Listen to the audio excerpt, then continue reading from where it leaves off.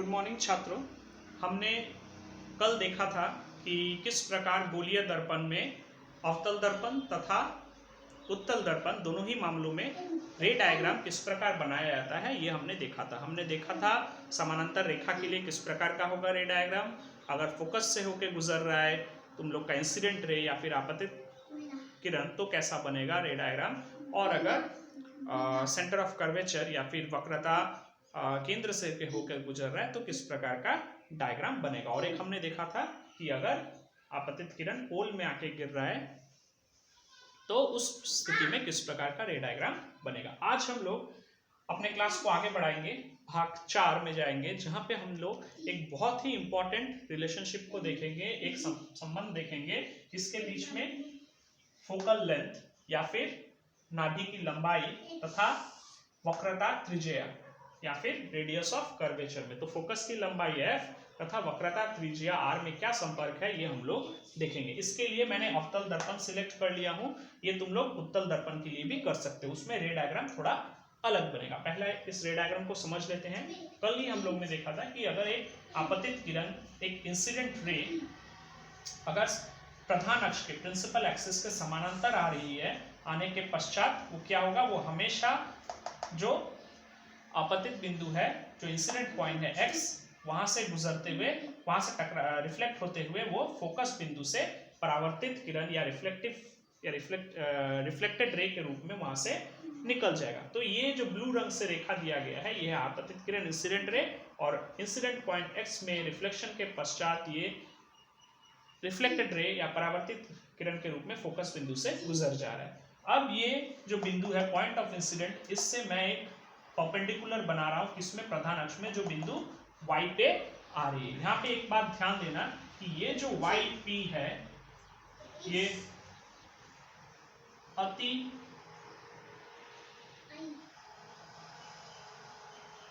सूक्ष्म है, ये बहुत ही छोटा है, या बहुत छोटा, बहुत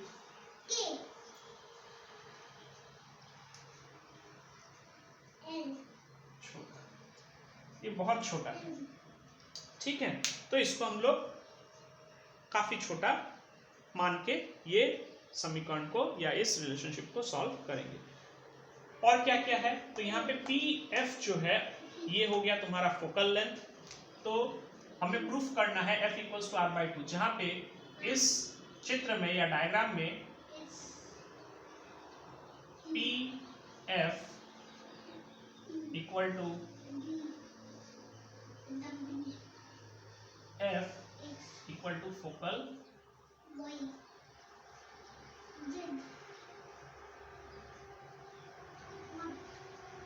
लंबाई, तो PF जो है ये फोकल लंबाई है, तथा PC जो है ये तुम लोग देख के ही पहचान सकते हो कि ये जो है ये है रेडियस ऑफ कर्वेचर या वक्रता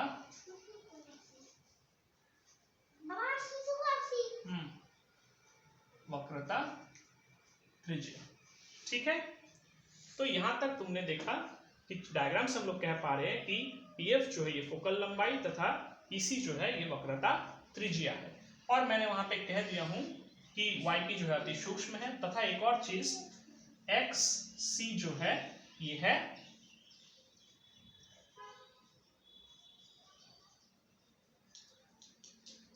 अभिलंब, ठीक है। और एक चीज हम लोग यहाँ पे कर लेते हैं, जो कि है, तुम लोग जानते हो कि x जो है बिंदु x ये है आपतन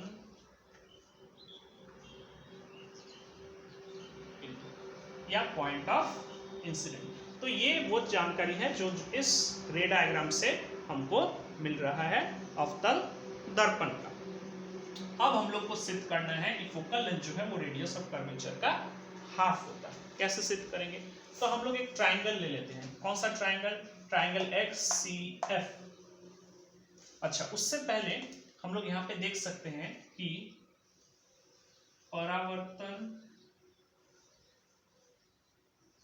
के नियम अनुसार, परावर्तन के नियम अनुसार angle I equals to angle R. Angle of incidence हमेशा एंगल ऑफ रिफ्लेक्शन के बराबर होता है। तो हम लोग यहाँ पे क्या देख रहे हैं, अगर मैं इसका नाम दे दूं z, तो z एंगल z एक्स सी बराबर है एंगल सी एक्स एफ का। तो ये है परावर्तन के नियम अनुसार। अब चले आते हैं ट्रायंगल में। अब ट्रायंगल एक्स सी एफ में, ट्रायंगल एक्स सी एफ में हमको क्या मिल रहा है। अब देखो, तुम लोग गणित में पढ़े हो कि दो समानांतर रेखा अगर हो और उन समानांतर रेखों को एक दूसरा रेखा बीच से इंटरसेक्ट कर रही है, जैसे ये रेखा को मैं थोड़ा सा एक्सटेंड कर दूं, तो तुम लोग देखोगे ये प्रधान अक्ष और ये आपतित किरण दो समानांतर रेखा है, एवं जो ये अभिलंब है ये इन दोनों रेखा को इंटरसेक्ट कर रहा है।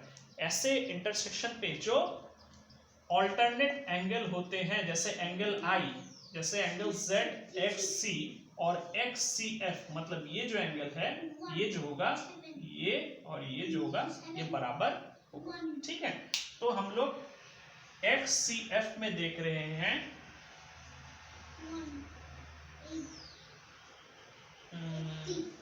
अच्छा, इसको लिखने से पहले ये बात हम लोग को लिख लेना होगा, तभी हम लोग इसको आगे बढ़ पाएंगे कि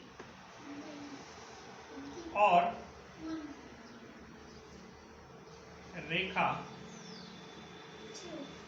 ZX समानांतर है, ये समानांतर चिन्ह है प्रधान अक्ष PC का, तथा अभिलंब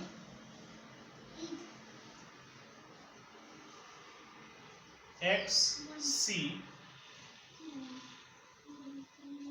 दोनों को इंटरसेक्ट करती है। देयरफॉर जो मैंने कहा था एंगल ZXC बराबर है एंगल XCF का। तो ये हो गया हमारा पहला समीकरण, ये हो गया दूसरा समीकरण, नहीं ये पहला पॉइंट, ये दूसरा पॉइंट कि रेखा ZX समानांतर है CP का और XC इसको इंटरसेक्ट कर रही है। देयरफॉर एंगल ज्योमेट्री के नियम अनुसार एंगल ZXC बराबर है एंगल XCF का। अब हम लोग वो लिखेंगे कि अब ट्रायंगल XCF में, ट्रायंगल XCF में हमें क्या देखने को मिल रहा है, हमें देखने को मिल रहा है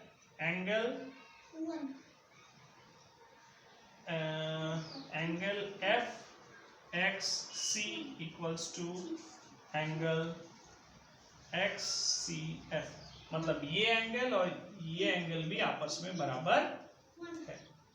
देयरफॉर हम लोग क्या कह सकते हैं, ट्रायंगल XCF समबाहु त्रिभुज, या ऐसे लिखो त्रिभुज। तो हम लोग क्या देख रहे हैं, एंगल ट्रायंगल XCF जो है समबाहु त्रिभुज है, अर्थात इसके दोनों भुजाएं बराबर है। कौन से दोनों भुजाएं बराबर है, भुजा XF बराबर है भुजा CF का। तो भुजा XF जो है ये बराबर है भुजा CF का। अब एक बहुत इंपॉर्टेंट कॉन्सेप्ट तुम लोग को समझना होगा, वो ये है कि ये जो चित्र मैंने बनाया हूँ इसका ये जो लेंस है, ये जो ये जो दर्पण है अवतल दर्पण, ये इतना बड़ा दर्पण नहीं है, ये बहुत सूक्ष्म दर्पण है। मान लो ऐसा है, इतना सा, क्योंकि इतना सा दर्पण को लेकर डायग्राम अगर मैं इतना सा बनाऊं तुम लोग को कुछ दिखाई नहीं देगा, ना ही समझ में आएगा, इसलिए मैंने ये बड़ा करके चित्र बनाया हूँ। और तुम्हारे किताब में भी चित्र जो है डायग्राम बड़ा करके बनाया जाता है। तो डायग्राम बड़ा होने का अर्थ ये नहीं है कि अवतल दर्पण भी बहुत बड़ा है, ये अवतल दर्पण बहुत छोटा है, इतना साइज का। तो अगर बहुत छोटा अगर एक दर्पण हो तो एक्स वाई जो है ये क्या होगा, ये लगभग समान होगा, मतलब बहुत करीब होगा P का। तो यहाँ पे लिखेंगे अगर या फिर क्योंकि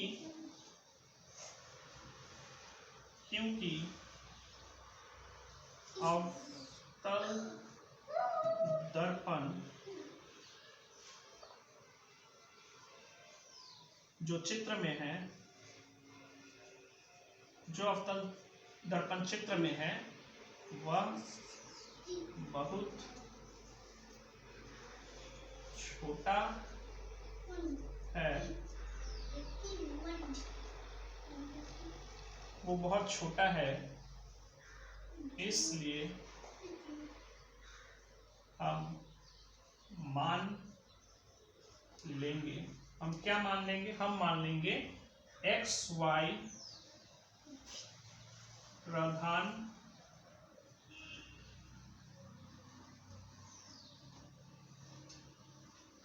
अक्ष के बहुत करीब है। तो बहुत, अगर ये XY जो है ये प्रधान अक्ष के बहुत करीब है तो मैं कह सकता हूं कि ये जो रेखा है, देयरफॉर हम लोग कह सकते हैं कि XF जो है ये लगभग बराबर है, मैं कहूंगा लगभग बराबर है किसका, FP का। और हम लोग जानते हैं FP क्या है, फोकस F। अब क्योंकि यहाँ पे हम लोग इसको मान लेंगे समीकरण 3, XF और CF जो है ये बराबर है तथा XF अब जो बराबर है ये PF का हो गया, तो हम लोग कहेंगे 4, therefore 3 और 4 से, therefore 3 और 4 से हम लोग क्या कह सकते हैं, हम लोग 3 और 4 से कह सकते हैं कि CF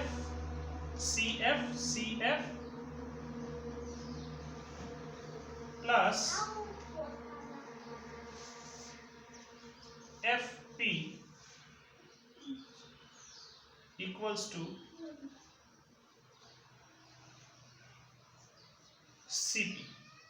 अर्थात CP का मान हमने पहले ही कर दिया था, CP या फिर तुम लोग इसको जो वहां लिखा वैसे लिखो PC, पहले ही कहा था ये क्या है R। और CF और FP समीकरण 3 और 4 से CF और FP ये दोनों क्या है, बराबर है। Since CF equals to FP, so हम लोग कहेंगे CF प्लस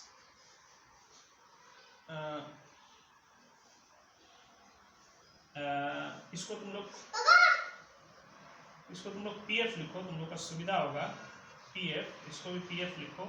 देखो हम लोग कह सकते हैं PF,